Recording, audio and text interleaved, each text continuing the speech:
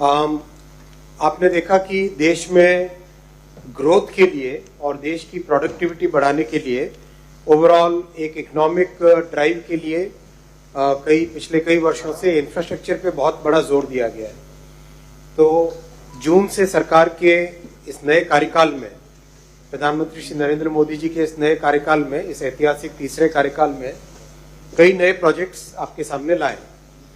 जून के बाद में अगर देखें तो टोटल 1,54,000 करोड़ के आसपास के प्रोजेक्ट सैंक्शन हुए हैं, जिसमें लाल बहादुर शास्त्री इंटरनेशनल एयरपोर्ट वाराणसी का, रेलवे के 8 बड़े प्रोजेक्ट्स, नए लाइन के 8 बड़े रोड कॉरिडोर प्रोजेक्ट्स जो कि हाई स्पीड रोड कॉरिडोर्स हैं, और वधावन जो कि एक बड़ा एयरपोर्ट है, साथ में जो ऑफशोर विंड एनर्जी के प्रोजेक्ट्स भी सैंक्शन किए गए। तो ओवरऑल इनसे काफी अच्छा जॉब क्रिएशन होता है और साथ ही साथ देश के लिए एक बड़ी फाउंडेशन बनती है।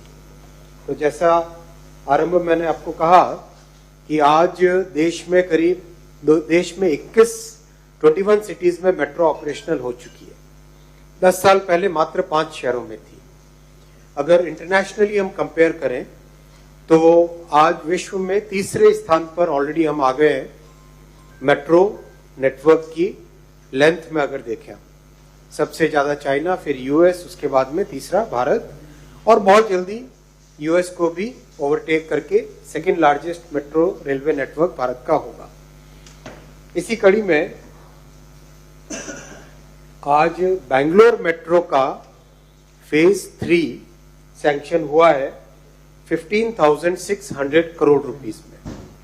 प्रधानमंत्री श्री नरेंद्र मोदी जी ने मिडिल क्लास पे हमेशा ध्यान दिया है और मिडिल क्लास के लिए मेट्रो एक बहुत ही अफोर्डेबल और कंफर्टेबल और सेफ ट्रांसपोर्टेशन का माध्यम है। और बेंगलोर हमारा देश का एक बहुत ही गौरवमयी आईटी हब है। यहाँ पर कई नई टेक्नोलॉजीज, बहुत सारे स्टार्टअप्स बेंगलोर में स्थापित है। बेंगलोर बहुत बड़ा एम्प्लॉयमेंट हब भी है और बहुत रैपिडली ग्रोइंग सिटी है। तो बेंगलोर के मेट्रो के फेज 1, फेज 2 और उसके बाद में आज फेज 3 अप्रूव हुआ है। बेंगलोर की पॉपुलेशन आज करीब करीब 1.6 करोड़ के आसपास पहुंच चुकी है और इट्स रैपिडली ग्रोइंग, और इसका विस्तार भी बहुत हो रहा है। आईटी के 3-4 बड़े बड़े हब्स बन चुके हैं with in Bangalore and near by areas. अगर हम फेज 3 प्रोजेक्ट को देखें तो this will now basically connect the entire existing metro network in a very logical वे। मैं आपको थोड़ा सा समझाना चाहूंगा।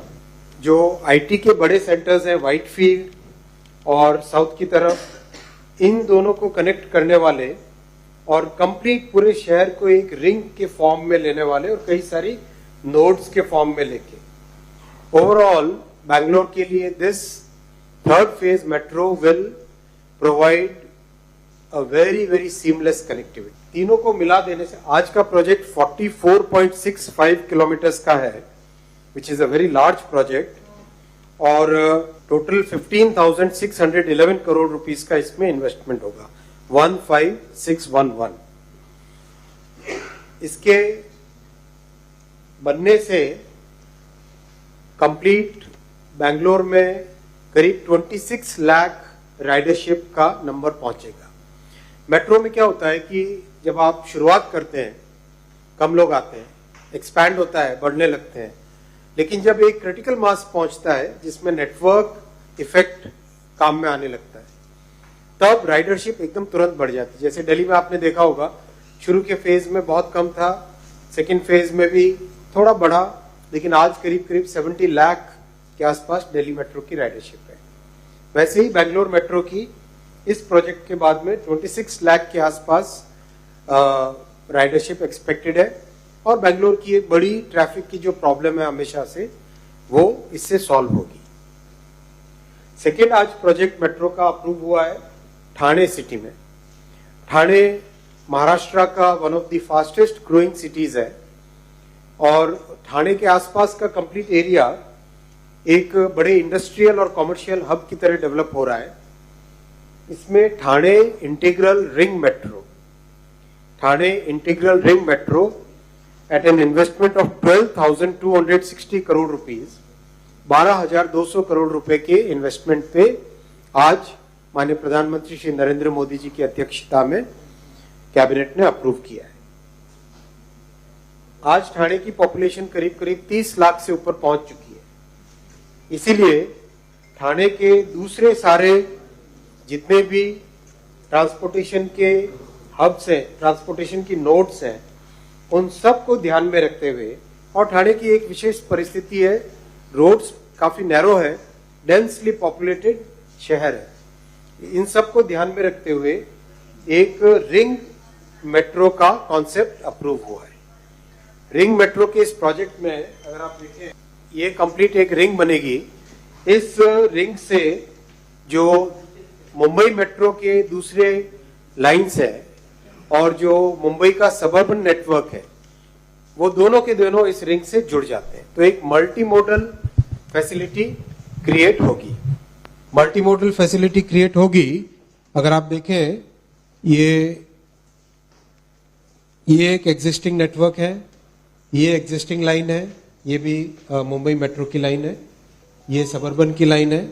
इसके साथ कनेक्शन ठाणे के ओल्ड स्टेशन पे भी और ठाणे के न्यू स्टेशन पर भी, साथ में कनेक्टिविटी जो हाई स्पीड रेल बन रही है, बुलेट ट्रेन बन रही है, उसके साथ भी कनेक्टिविटी। ओवरऑल ठाणे के लिए this will become a major transportation facility, जो कि ठाणे शहर को और ग्रो करने में एक लंबे टाइम तक हेल्प करेगी। इस प्रोजेक्ट की कॉस्ट मैंने आपको बताई 12,200 करोड़ रुपीस, और इसको जो महाराष्ट्र गवर्नमेंट और सेंट्रल गवर्नमेंट ऑफ इंडिया की जॉइंट वेंचर कंपनी है महा मेट्रो, वो इसको एग्जीक्यूट करेगी। थर्ड बड़ा प्रोजेक्ट लिया गया है पुणे मेट्रो का। पुणे आज अगर हम देखें 75 लाख पॉपुलेशन का है, और पुणे का जो मेट्रोपॉलिटन रीजन है वो देश के टॉप 5 बड़े मेट्रोपॉलिटन रीजन्स में आज शामिल है। बहुत ही तेजी से इसका विस्तार है, क्योंकि पुणे में एजुकेशनल फैसिलिटीज, बहुत कॉलेजेस हैं, बहुत यूनिवर्सिटीज हैं, और बहुत बड़ा एक सांस्कृतिक केंद्र है, और इंडस्ट्रियल सेंटर भी बहुत बड़ा है। इसीलिए पुणे में मेट्रो ईस्ट और वेस्ट, एक ये फेज था, एक ये दूसरी लाइन है, ये वाली लाइन दूसरी, और अब इसका एक्सटेंशन आज अप्रूव हुआ है, जिससे पुणे को एक अच्छी फंक्शनल मेट्रो फैसिलिटी मिलेगी। लाइन 1, 2 एंड 3, इन तीनों को मिला देने से करीब करीब टोटल आज ऑपरेशनल लेंथ 30 किलोमीटर्स के आसपास है, और जुड़ जाएगा इससे, और another 30 kilometres will be added. ये जो आज का एक्सटेंशन है, this extension will be from Swargate to Katraj.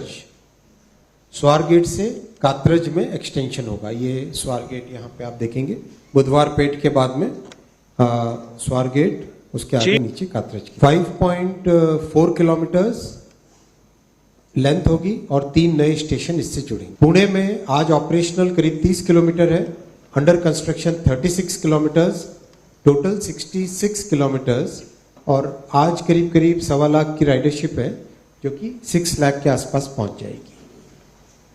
इसके अलावा पुणे में ट्रांसपोर्टेशन के लिए और भी कई सारे स्टेप्स लिए गए हैं, जो कि रिसेंटली आप सबके सामने भी मैंने रखे थे। पुणे में सबर्बन जैसी फैसिलिटी, और पुणे स्टेशन के साथ साथ 2 और नए स्टेशंस को, 3 और नए टर्मिनल्स को डेवलप करना, ये सब फैसिलिटीज भी पुणे में आगे आ रही है। 2 नए एयरपोर्ट्स का आज फैसला लिया गया कैबिनेट में। प्रधानमंत्री जी ने, आपने जैसा देखा, 10 वर्षों में एयरपोर्ट की संख्या डबल हुई है। वैसे ही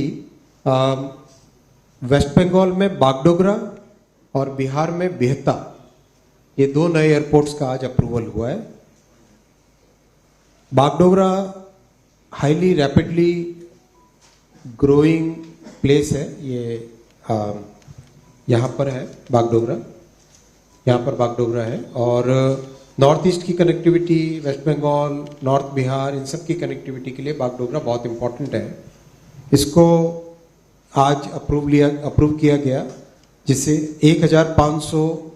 1549 करोड़ के इन्वेस्टमेंट से एक अच्छा नया एयरपोर्ट, सिविल एविएशन कॉम्प्लेक्स वहाँ पे बनेगा।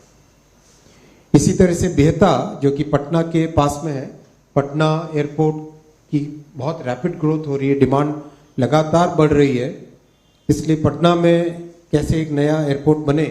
शहर के अंदर ग्रोथ का ज़्यादा स्कोप नहीं है, इसीलिए करीब 28 किलोमीटर दूर में बेहता है, which is an operational defence airport.